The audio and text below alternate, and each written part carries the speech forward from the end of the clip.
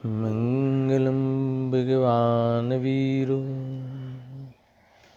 मंगलम गौतमघणी मंगलम कुंदिकुंडार्यो जैनधर्मोऽस्तु मंगलम। सर्वमंगलमांगल्यं सर्वकल्याणकारकं प्रधानं सर्वधर्माणां जैनं जयितुं शासनं जैनं जयितुं शासनं। सर्वव्यापेकचिद्रूप स्वरूपाय परात्मने स्वोपलब्धे प्रसिद्धाय ज्ञानानन्दात्मने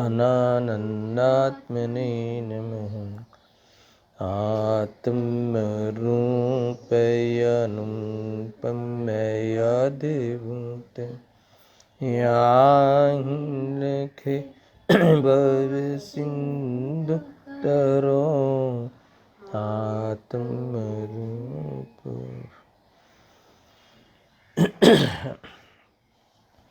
प्रवचन सार ज्ञान अधिकार। आज 46 गाथा पे स्वाध्याय करना है। कल 45 गाथा पे विशेष चर्चा हुई थी। इसमें मूल बात ये आई थी कि मोह राग द्वेष का अभाव होने से जो तीर्थंकरों के पुण्य के विपाक रूप दिव्य धनी प्रसारण आदि गमन आदि जो क्रियाएं होती है, उस क्रियाओं में कोई फल नहीं आता, बंद नहीं होता, इन सब क्रियाएं निष्फल है। और ये है तो उदय की क्रिया, कर्म के उदय से, पुण्य कर्म के उदय से होने वाली, मगर उदय भाव का अभाव होने से, मोहराग द्वेष भाव का अभाव होने से नया बंद नहीं होता। और इसीलिए उस क्रिया को वहाँ क्षायकी कही, उदय की क्रिया को। अब इसमें आचार्य जयसेन देव की टीका से एक अंश मुझे पढ़ने का विकल्प आया कि जो हमारे लिए बहुत उपयोगी है। देखो यहाँ शिष्य कहता है, नहीं देखो, हाँ, कि तीर्थंकरों की औदय की क्रिया बंद कारक नहीं होने से क्षय की मानने पर औदयिक भाव बंद के कारण है, यह आगम वचन व्यर्थ है ना, ऐसा लिखा। सुनना बराबर से। शिष्य ने ऐसा कथन, शंका खड़ी की अथवा ऐसा एक अपनी तरफ से स्टेटमेंट दिया कि जब आप ये कहते हो कि तीर्थंकरों की जो औदय की क्रियाएं होती है, उदयगत क्रियाएं होती है, जो भी विहार आदि की, तो बंध कारक नहीं होने से वहाँ बंध का कारण नहीं बनती ना, बंद नहीं होता, इसीलिए उसे क्षायकी कह दिया आपने उस क्रियाओं को। तो फिर ये बात हो जाएगी कि औदयिक भाव जो बंध के कारण जो आगम में कहा है, वह सब वचन व्यर्थ हो जाएगा। ऐसा कहकर उसने अपनी तरफ से एक शंका रखी, तर्क रखा। अब आचार्य जयसेन देव इस कथन का निराकरण करते हुए कहते हैं, और इसमें हमारे लिए बहुत बड़ा संदेश है। मैं आपको लाभ बता देता हूँ कि अगर हमारे भी उदय तो है, उदय मोह का उदय है हम सबको, तो कि मोह का उदय होने पर भी जो गुरुदेव जी कहते हैं ना, इसलिए मोह करना पड़े ऐसा नहीं है। मान लो कि राग कर्म, क्रोध कर्म, माया कर्म, जो भी कर्म का उदय आया, इसीलिए आत्मा क्रोध करता है ऐसा तो है ही नहीं। स्वयं अपने अशुद्ध उपादान से, अज्ञान से करता है सब कार्य, मगर करना पड़े ऐसा नहीं है। वहाँ भेद ज्ञान करके स्वरूप में रमा जा सकता है। समझना, मैंने भी थोड़ा इशारा तो कर ही दिया था, मगर पर्टिकुलरली उन्होंने लिखा है यहाँ आचार्य जयसेन देव ने अपनी टीका में, तो मुझे एक रेफरेंस देने के लिए भी विकल्प आया। देखो, आचार्य इसका निराकरण करते हैं कि औदैहिक भावबंध के कारण है, किंतु मोह के उदय से सहित औदैहिक भाव ही अन्य नहीं। फिर से बोल रहा हूँ, औदैहिक भाव बंध के कारण तो है ना, नहीं है, वो तो आगम वचन है, हम व्यर्थ कैसे कह सकते हैं। किंतु मोह के उदय के सहित औदैहिक भाव ही, अन्य नहीं।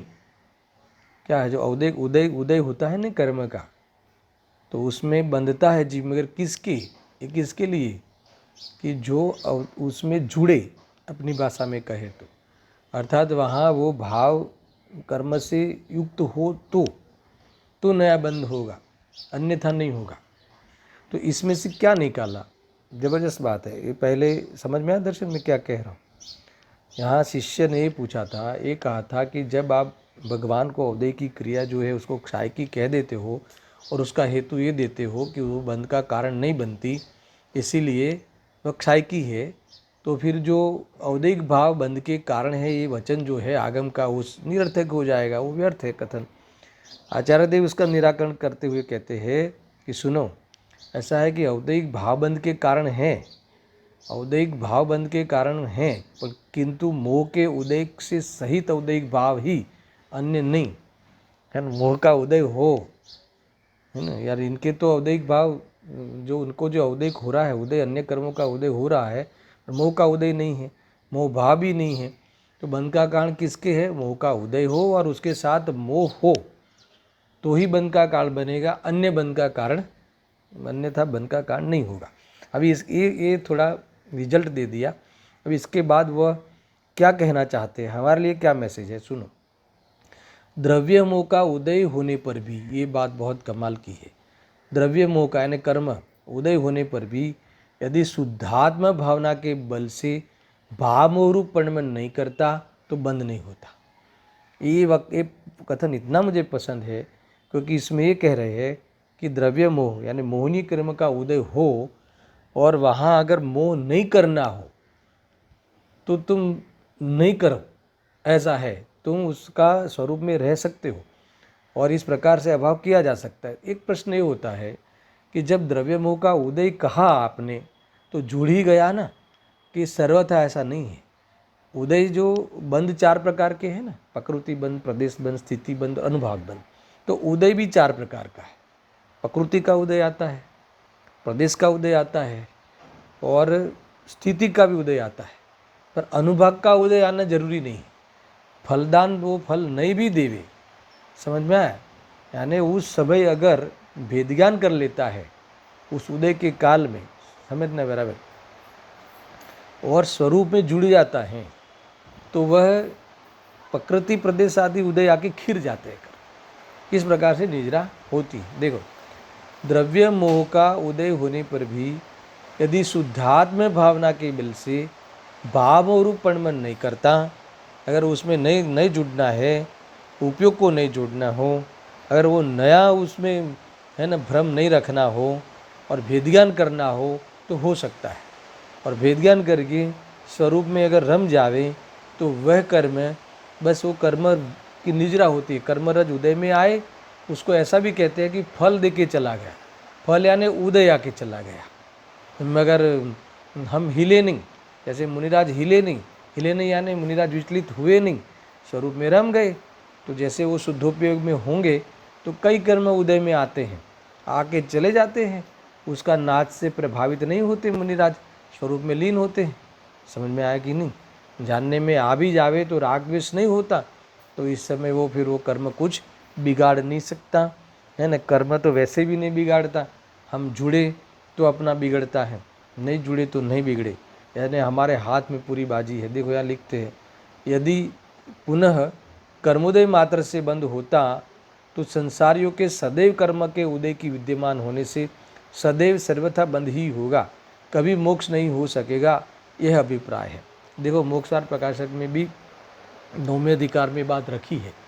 आगे कर्म का उदय हुआ, इसलिए जीव ने मोह राग द्वेष किया, इसलिए नया कर्म हुआ, नया कर्म आए, उसका बंध हुआ, फिर वो उदय में आए, फिर जुड़ा, तो ये कर्म की संतति कब अटकेगी, है ना। तो ऐसा तो, क्योंकि अनादि से आत्मा कर्म सहित है और कर्म सहित है, इसलिए उदय है और सामने जीव मोराग्निश करता है, तो फिर नए कर्म आते हैं।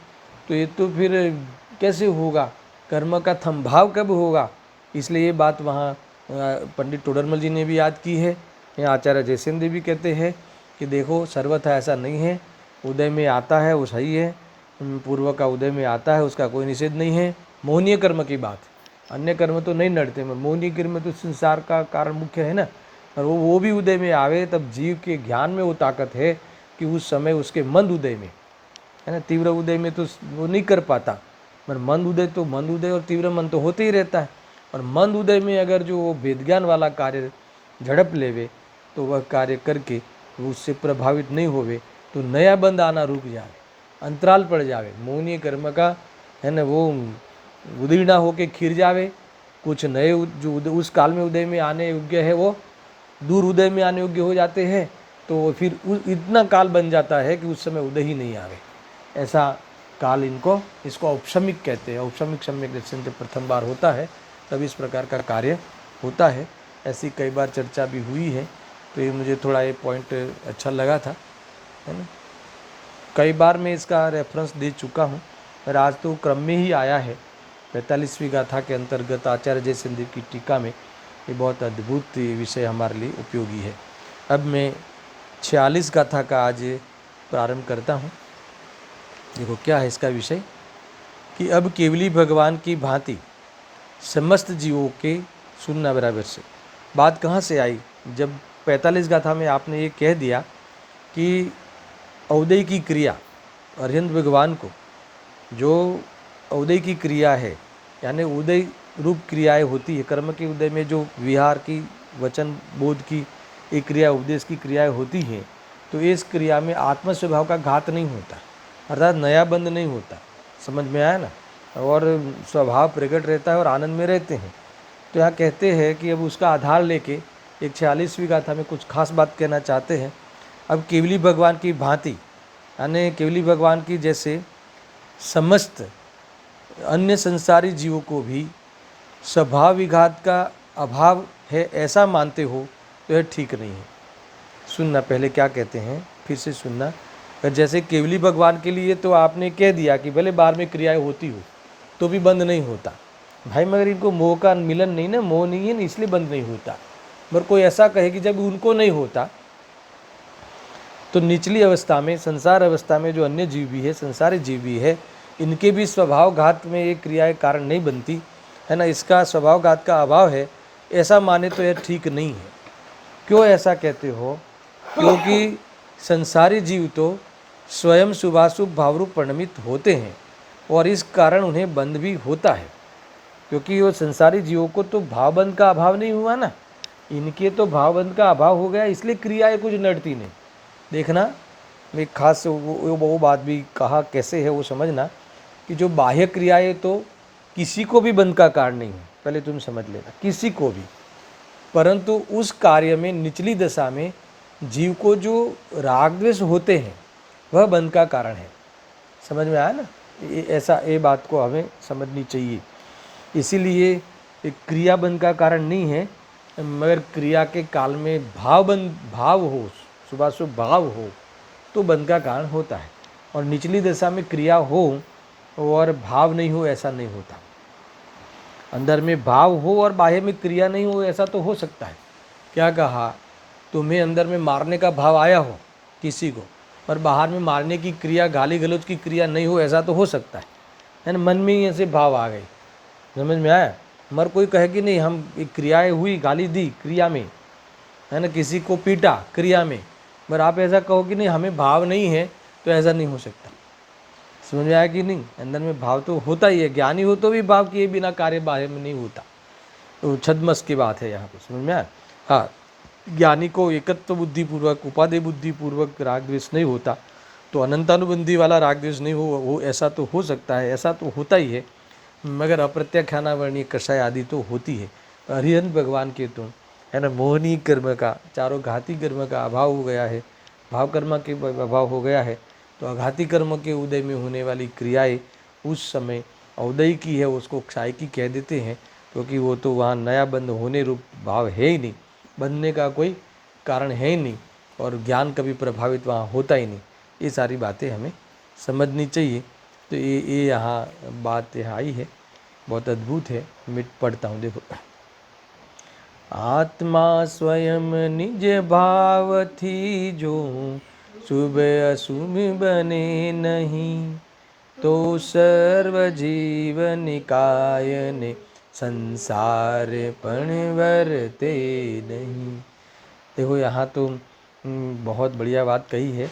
समझ लो कि 7वां अधिकार मोक्षनाथ प्रकाशक का निश्चयवासी वाला प्रकरण इसमें है ना ख्याल में आता है, और वहीं से बात को उठाया है।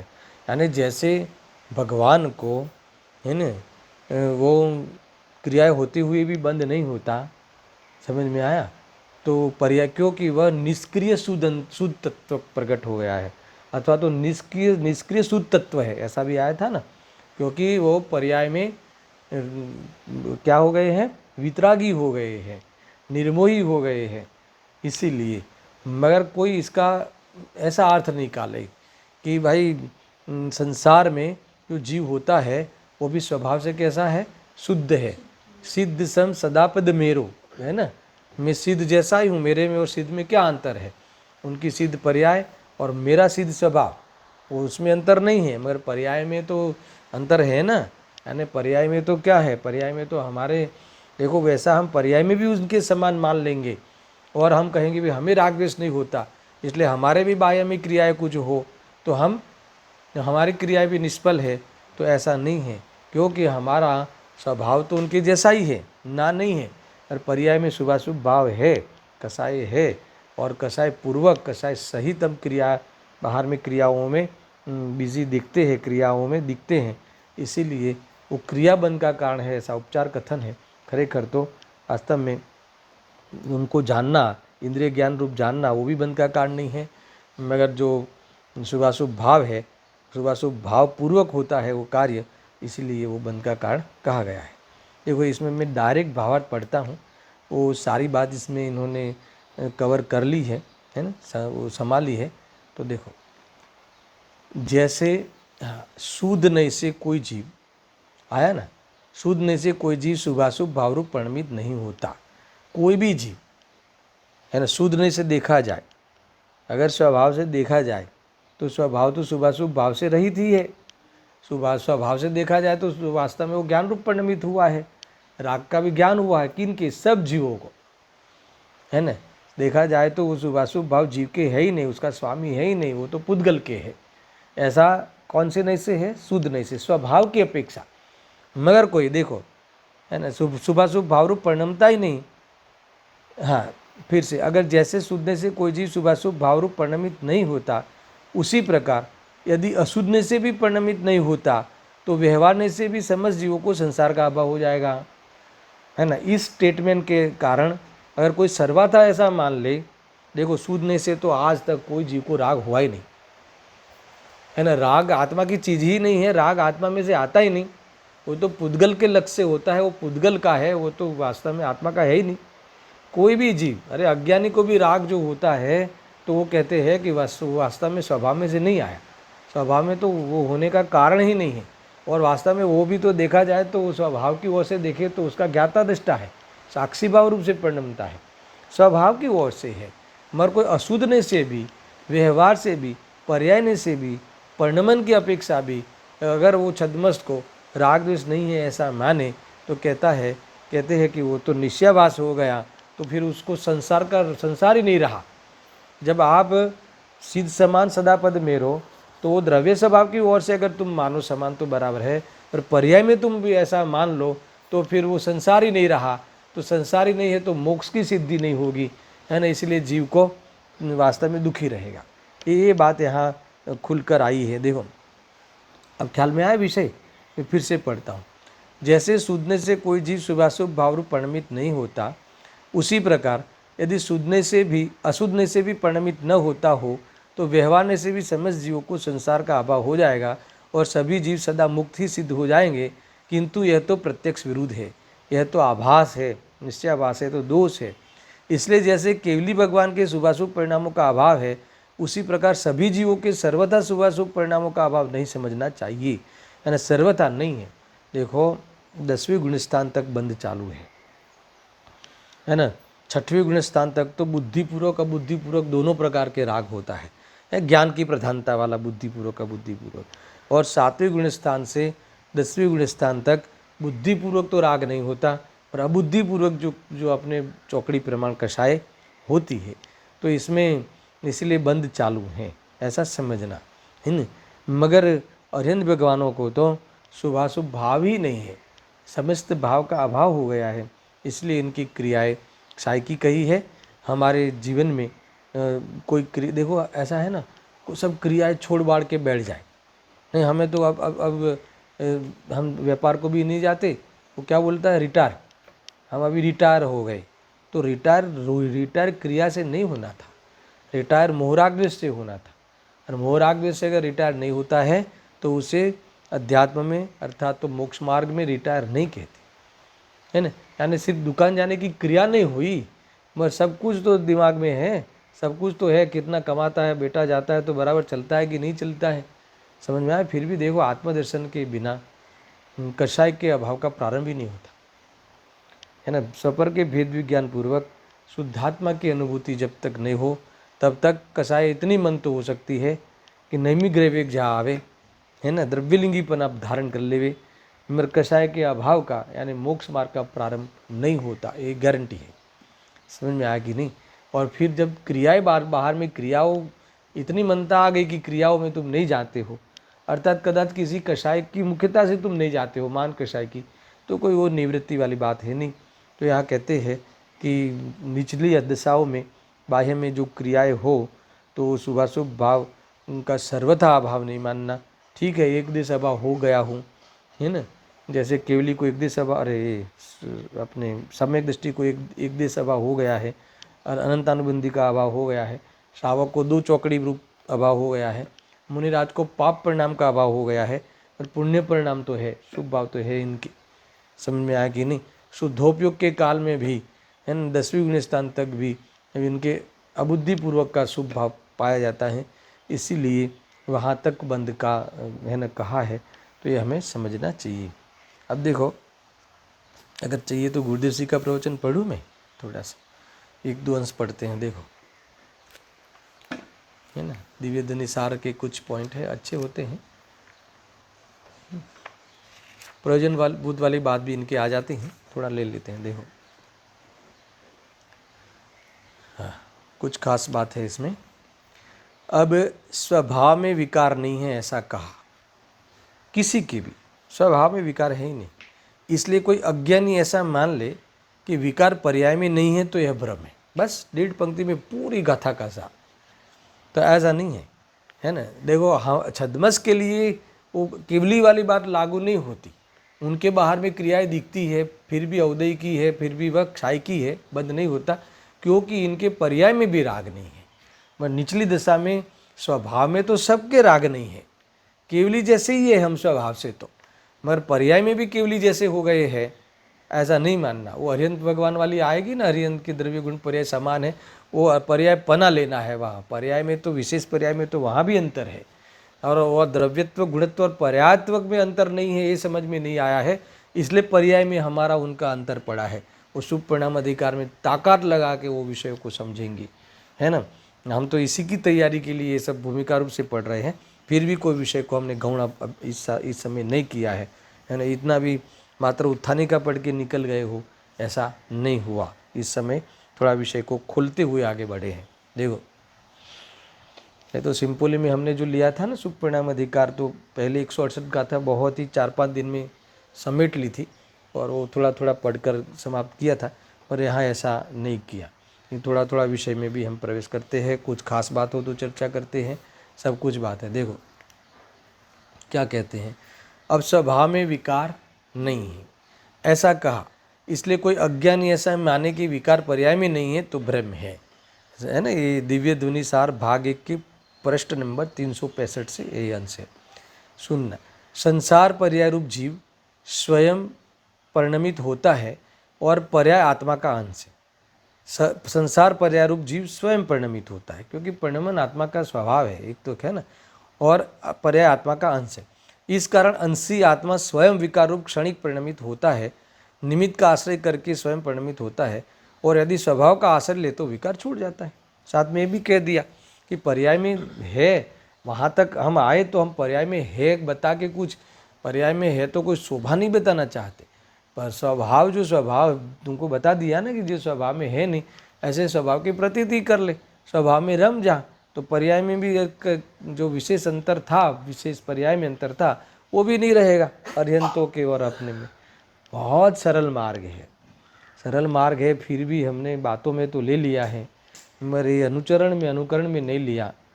समझ में आया ना। कई बार ऐसा लगता है कि सारी बात हम करते हैं, चर्चा में करते हैं, सब कुछ है, फिर भी ये जीवन क्यों नहीं पलटा।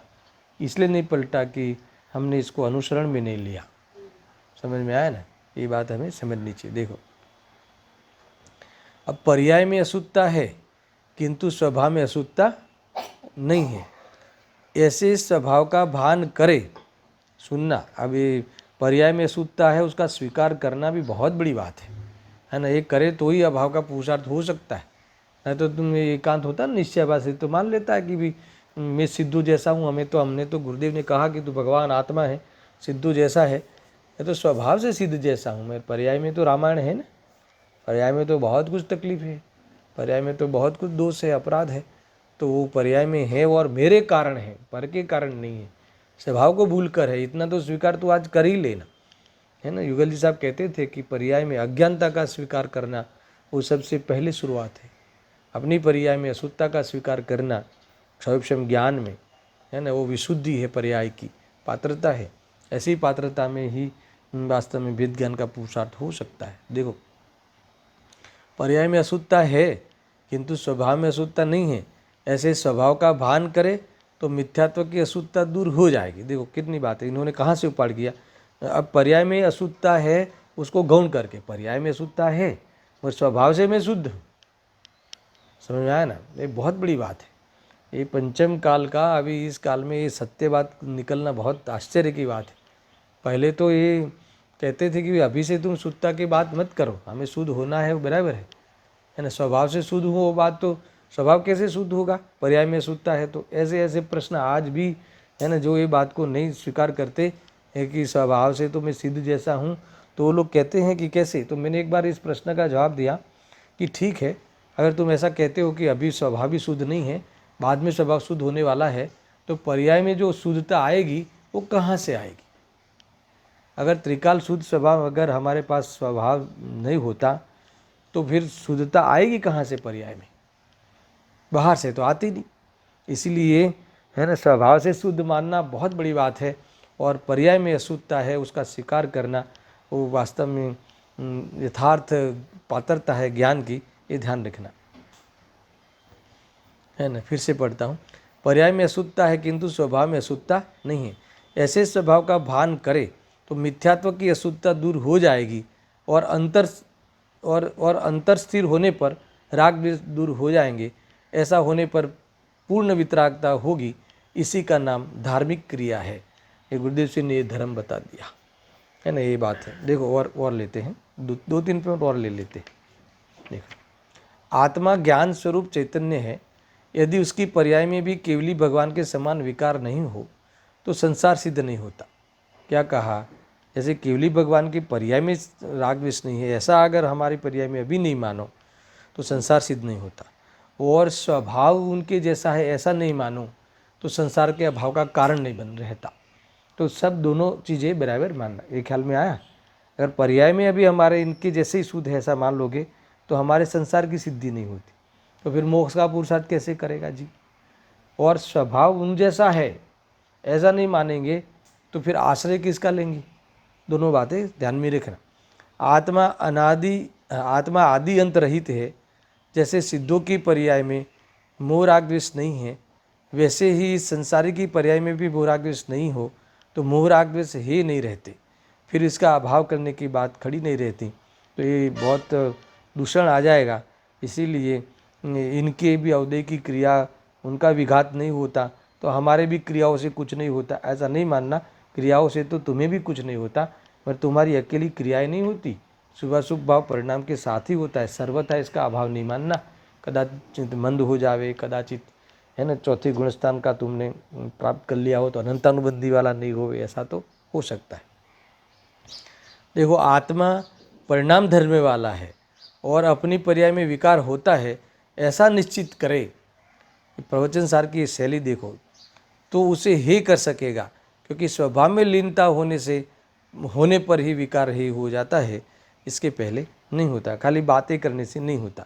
अभी देखो, एक खास बात यहाँ 189 गाथा को याद करते हुए एक बात यहाँ कहते हैं, बहुत बढ़िया बात है कि देखो, राग जो है ना वो पर्याय का धर्म है, और यहाँ सूद निश्चय का प्रयोग किया है 189 गाथा में। उसका आधार लेके यहाँ कहते हैं कि यहाँ अपनी विकारी पर्याय को शुद्धपने कहा है।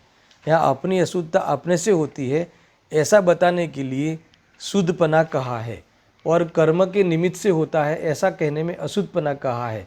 अतः विकार तेरा है ऐसा निर्णय कर। यदि विकार अपना है, अपना स्वभाव तरीके स्वीकार मत कर, पर विकार तरीके स्वीकार कर, तो ऐसा जाने तो उसे छोड़ सकता है।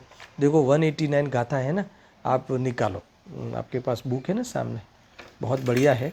यानी सूदने का प्रयोग किया है, ये राग पर्याय का धर्म है, वो सूदने का कथन है, ऐसा दर्शन प्रयोग किया है। और निमित्त के कारण होता है वो अशुद्धने का कथन है, क्योंकि वो पर में मिलाकर कहा ना, पराश्रित सो व्यवहार, तो वो और स्वाश्रित सो निश्चय, और यहाँ अशुद्ध उपादान भी नहीं कहा, शुद्ध निश्चय ने से कहा। गजब की बात है। कभी कभी तो देखो है ना, ज्ञानियों की बात हमें समझनी चाहिए। निकालो, कौन सी गाथा कहीं मैंने अभी 189 गाथा निकालो, मूल में कौन सा पेज है, निकालता हूँ 189 गाथा। हाँ, मिला, पढ़ना थोड़ा सा। मेरे में 366 हिंदी में, ठीक है। राग परिणाम ही आत्मा का कर्म है, बराबर। वही पुण्य पाप रूप द्वैत है। राग में शुभ राग और अशुभ राग ले लो। आत्मा राग परिणाम का ही करता है। ही शब्द लगा रहा है, अपनी ये गाथा भी लीन नहीं रहा हूँ, मगर ये ध्यान रखना, गे तत्व प्रज्ञापन की बहुत ऊंची गाथा है। उसी का ग्रहण करने वाला है, उसी का त्याग करने वाला है। यह शुद्ध द्रव्य का निरूपण स्वरूप निश्चय नहीं है, है ना। देखो फुटनोट में क्या लिखा, निश्चय ने मात्र स्वद्रव्य के परिणाम को बतलाता है, इसलिए उसे शुद्ध द्रव्य का कथन करने वाला कहा है। और व्यवहार ने परद्रव्य के परिणाम को आत्म परिणाम बतलाता है, इसीलिए उसे अशुद्ध द्रव्य का कथन करने वाला कहा है। आया ख्याल में, यह शुद्ध द्रव्य का कथन है। कौन सा? राग परिणाम ही आत्मा का कर्म है और वह आत्मा उसका करता है ना। ये जो वो दो प्रकार का है पाप पुण्य रूप से, तो यह शुद्ध द्रव्य का निरूपण स्वरूप निश्चय नहीं है, यानी शुद्धने का कथन है। और जो पुद्गल परिणाम आत्मा का कर्म है, वही पुण्य पाप रूप द्वैत है। आत्मा पुद्गल परिणाम का करता है, उसका ग्रहण करने वाला और छोड़ने वाला है। ऐसा जो नहीं, वह अशुद्ध नहीं के निरूपण स्वरूप व्यवहार नहीं है, ऐसा देखो ख्याल में है ना। और जो पुद्गल परिणाम आत्मा का कर्म है, यानी कौन सा? द्रव्य कर्म, वो आत्मा का है और उसके निमित्त से हमें राग हुआ है, ऐसा कहना कौन सा है? ये व्यवहारने का कथन है। और राग आत्मा का है, वो निश्चयने का कथन है। निश्चयने में हम तो अध्यात्म के नयों में उसे अशुद्धने का कहते हैं, और यहाँ शुद्धने से कहा। क्यों न शुद्धने से कहा? कि जो चीज़ जिसकी है उसको कहना वो शुद्ध द्रव्य का निरूपण है। तो आत्मा का है, आत्मा का स्वपरिणाम है, स्वतत्व है, स्वभाव परिणाम नहीं है, मगर है तो स्वयं परिणामता, इसलिए स्वपरिणाम है। ऐसी बातें, कई बातें इसमें आती है। और गुरुदेव ने तो अपने प्रवचन में कहा, जो ऐसा मानता है वो स्वभाव की दृष्टि कर लेता है, क्योंकि आज तक जीव राग द्वेष में भी परने कराया है ऐसा मान के पर की दृष्टि करता है।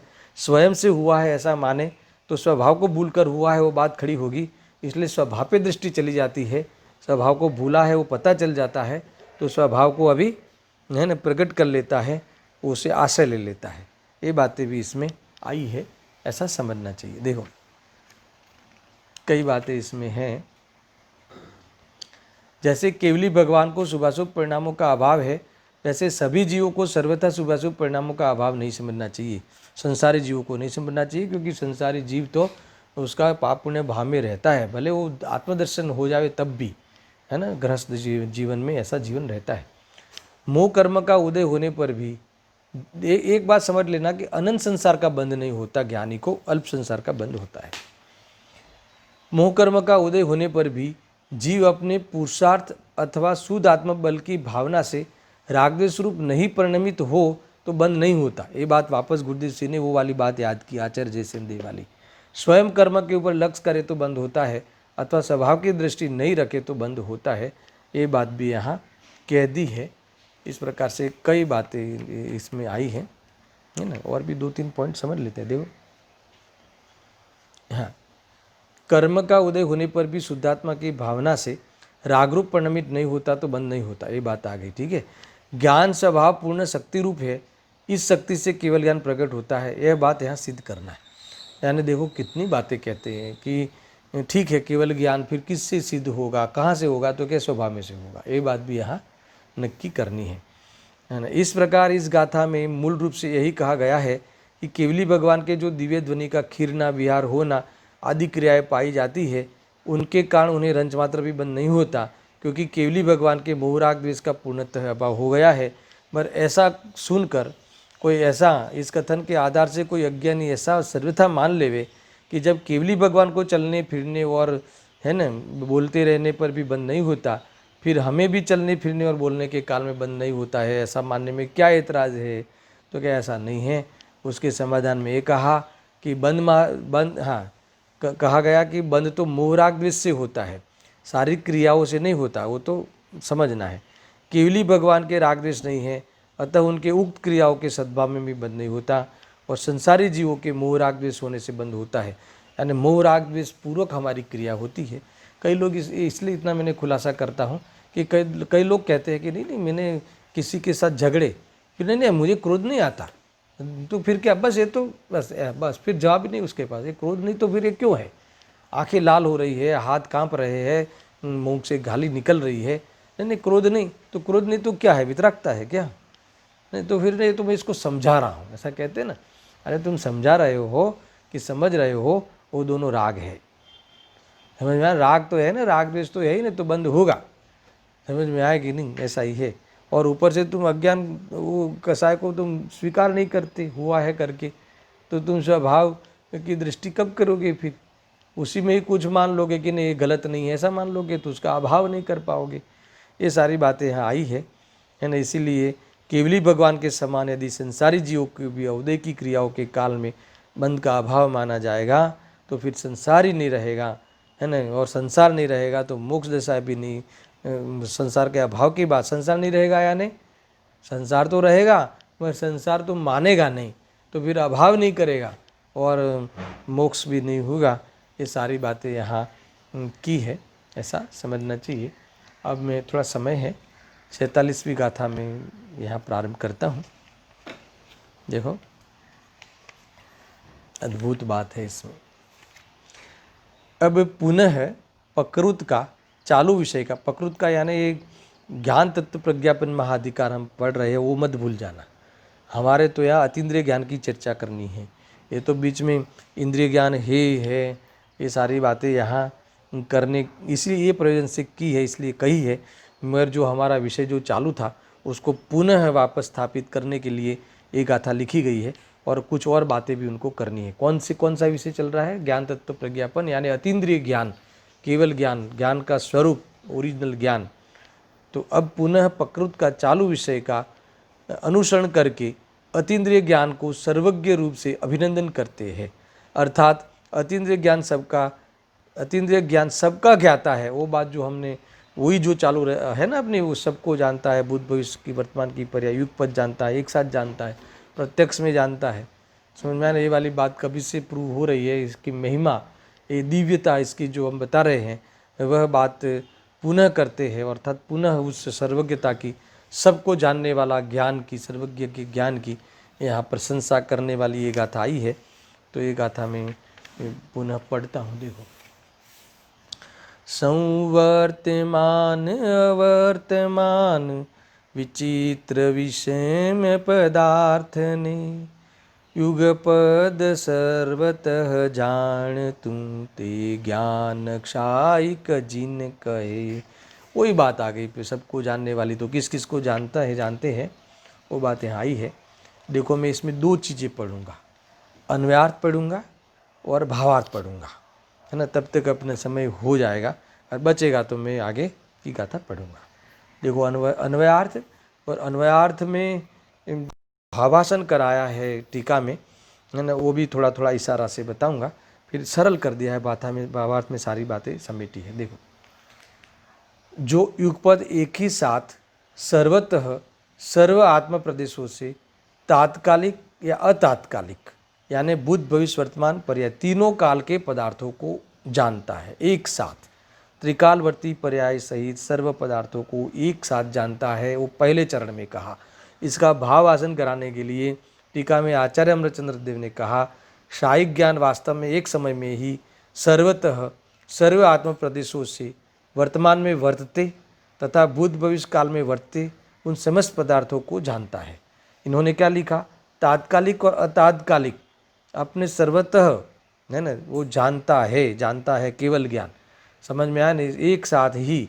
तो तात्कालिक तात्कालिक में क्या लेना, तात्कालिक यानी वर्तमान, अतात्कालिक यानी भूतकाल और भविष्यकाल के, यानी त्रिकालवर्ती पदार्थों को, तीन काल के पदार्थों को। फिर दूसरा विशेषण कहा विचित्र, है ना, विचित्र का अनेक प्रकार के। उसका भावासन कैसे कराया है, देखो पहले भी आया था कि भूत भविष्य वर्तमान की पर्याय एक साथ जानते हैं, मगर वह एक साथ में खिचड़ा नहीं हो जाता, क्योंकि सारी पर्याय अपने विशिष्ट प्रकार से परिणमती हुई दिखाई देती है।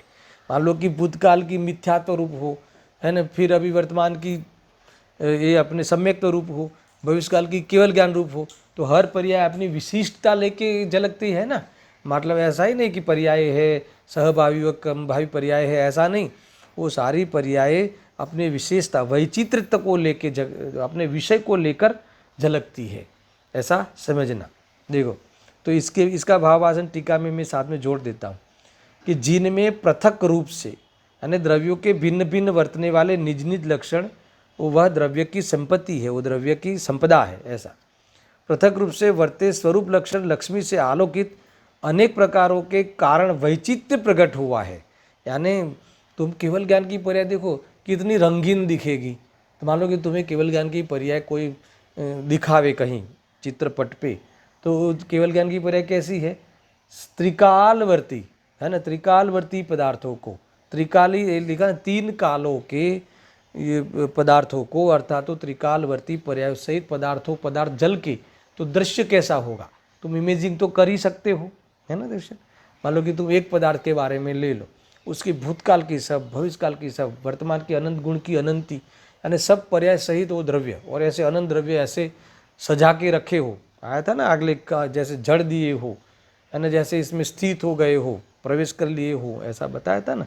तो कैसा चित्र दिखे, तो वो विचित्र दिखे, है ना, विशेष विशेष विशेष दिखे सारी विशेषताओं के साथ। तो इसमें ये विचित्र का भी भावासन कराया है, अनेक प्रकार के। और विषम, विषम यानी असमान है, ऐसे सब पदार्थ समान है ना, जो 6 पदार्थ है वो तो असमान है, क्योंकि कुछ रूपी है, यानी एक रूपी है और बाकी के अरूपी है, तो असमान हो गए ना। 5 अरूपी है और पुद्गल रूपी है, तो असमान, ये ऐसा यानी विषम। इस प्रकार से समस्त पदार्थों को जानता है, उस ज्ञान को क्षायिक कहा, केवल ज्ञान कहा। पुनः सबको जानता है वो वाली बात स्थापन कर दी, क्योंकि बीच में और विषय का खुलासा करते हुए ये विषय गौण हो गया था। तो 47वीं गाथा में पुनः आचार्य देव ने इसकी स्थापना की। अब सुनना, ये तो बस इतनी ही बात कही है मूल में, तो टीका में ये बात तो विशेषताओं के साथ कही, मगर साथ में इसकी सिद्धि भी करते हैं। और सिद्धि करने में ये बात ले आते हैं कि इनके वह क्रमिक ज्ञान नहीं है, इनके इंद्रिय ज्ञान नहीं है, इनके ज्ञानावरणीय क्रम का अभाव हो गया है ना, देश आवरण वाला प्रसंग नहीं है। इसीलिए एक एक विशेषताओं में ये इंद्रिय ज्ञान के जो दोष है वो उसको याद करके एक इसका अभाव हो जाने से वो वास्तव में है ना क्रम से नहीं जानते, अक्रम रूप से जानते हैं, एक साथ जानते हैं, है ना। ये सारी बातें इन्होंने सिद्ध की है। भावार्थकार ने दोनों बातों को है ना संक्षिप्त रूप में शामिल करके इन्होंने भावार्थ लिखा है, इसलिए मैं डायरेक्ट भावार्थ ही पढ़ लेता हूँ, तो आपका ये सारा कवर हो जाएगा। देखो, एक तो अतीन्द्रिय ज्ञान केवल ज्ञान की विशेषताएं, ये जो अभी बताई वो सर्वतः सर्व आत्म प्रदेशों से। अब क्यों जानता है सर्व आत्म प्रदेशों से केवल ज्ञान, क्यों जानता है? क्योंकि आवरण नहीं है, तो ये आवरण का अभाव हो गया है। फिर क्रम से नहीं जानते, क्यों? क्योंकि अभी इंद्रिय का अवलंबन नहीं है ना, अक्रम है ना। ये भी एक आधार दिया। वो युगपत जानते हैं, इसमें भी एक ये आधार दिया। तो इस प्रकार से कहा है, तो ये इनके अभाव जो हो गए हैं दूषण, वो भी याद कराए, और जो स्वभाव प्रकट हो गया इसकी महिमा की, इस प्रकार से टीका में दोनों रूप से कहा है, पर दोनों को संक्षिप्त रूप में शामिल करके भावार्थकार ने लिखा है, इसलिए मैं भावार्थ में वो बात आपको डायरेक्ट पढ़ता हूँ। देखो, क्रमपूर्वक जानना, नियत आत्म प्रदेशों से ही जानना। नियत आत्म प्रदेश यानी सुनने का जो हो तो कान के ही जो निकट में प्रदेश है वो ही निमित्त बनकर फिर जानना। ऐसा किस में होता है? हमारे ज्ञान में, क्षौपशम ज्ञान में। फिर अमुक को ही जानना, है ना, सबको नहीं जानते, सारी पर्याय को नहीं जानते, ऐसा। फिर यानी ऐसा है कि एक प्रकार से लिमिटेड और लिमिटेशन, ये दो बातें यहाँ लखना समझना, है ना। लिमिटेड और लिमिटेशन क्षौपशम ज्ञान में ही संभव है, और अमर्यादित है ना एकमात्र केवल ज्ञान में संभव है। ये दो बातें याद रखना है। क्रमपूर्वक जानना, नियत आत्म प्रदेशों से ही जानना, अमुक को ही जानना, ये सब दूषण है, ये दोष है, ज्ञान में आने वाले दोष है इत्यादि। मर्यादा में मतिश्रुत आदि क्षौपशमिक ज्ञान में ही संभव है मगर ये ज्ञान तो एक क्षौपशम ज्ञान का तो अभाव हो गया है। किन के? केवली के। साहिक ज्ञान के तो अमर्यादित होने से एक ही साथ सर्व आत्म प्रदेशों से तीनों काल की पर्यायों के साथ सर्व पदार्थों को, उन पदार्थों के अनेक प्रकार के और विरुद्ध जाति के होने पर भी जानता है। वो पदार्थ कैसे है? रूपी भी है और अरूपी भी है, तो भी सबको जानता है। अर्थात केवल ज्ञान एक ही समय में सर्व आत्म प्रदेशों से समस्त द्रव्य क्षेत्र काल भाव को जानता है। ये सारी बातें इन्होंने यहाँ कही है। कल गुरुदेव सिंह के प्रवचन के कुछ अंश में इस गाथा का ले लूँगा तो और बल मिल जाएगा, क्योंकि पुनः 47 गाथा में वह केवल ज्ञान की प्रशंसा की है। पुनः का अर्थ क्या?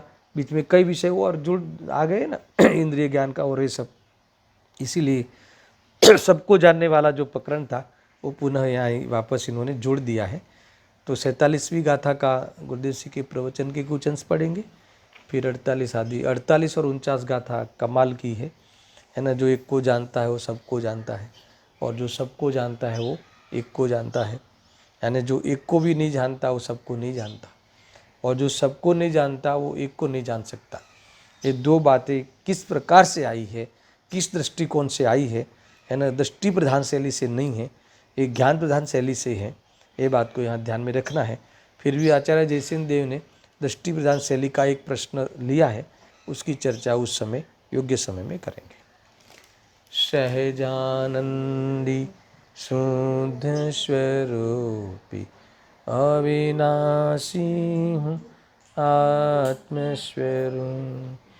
सहजानंदी शुद्ध स्वरूपी अविनाशी हूँ आत्मस्वरूप। सहजानंदी शुद्ध स्वरूपी अविनाशी हूँ आत्मस्वरूप।